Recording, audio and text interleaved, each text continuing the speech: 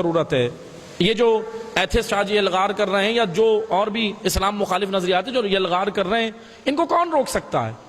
خالی علماء ہی کی ذمہ داری نہیں، ہاں علماء کی یہ ذمہ داری ہے کہ وہ گائیڈ کریں، عوام کو گائیڈ کریں، قوم کو گائیڈ کریں ممبر سے. اگر وہ حضرت یوسف علیہ السلام کی قمیص کی فضیلت بتا رہے ہیں کہ حضرت یوسف علیہ السلام نبی خدا، ان کی قمیص کی فضیلت ہے نا، بہت ہے، معجزات ہیں انبیاء کے، لیکن حضرت یوسف جو وزیر خزانہ بن کے قحط سے مملکت کو نکال دیتے ہیں، وہ نظام کون سا تھا یوسف علیہ السلام کے پاس؟ نہ وہ کیپٹلزم تھا نہ سوشلزم تھا، وہ الہی نظام تھا. وہ کون بتائے گا؟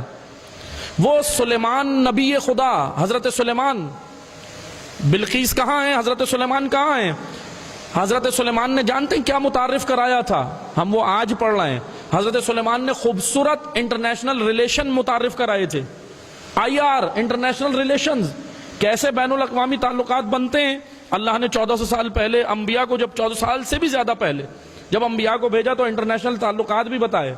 تو حضرت سلیمان کا جہاں آپ تخت بتا رہے ہیں ممبر سے، حضرت یوسف کی جہاں آپ قمیص بتا رہے ہیں، تو حضرت سلیمان کے بین الاقوامی تعلقات کے اصول، سنہری اصول بھی بتائیں تاکہ پتہ چلے اسلام کیسا جامع دین ہے. حضرت یوسف کا اکنامیکل سسٹم بتائیں جو قرآن کریم نے سورہ مبارکہ حشر میں بیان کیا.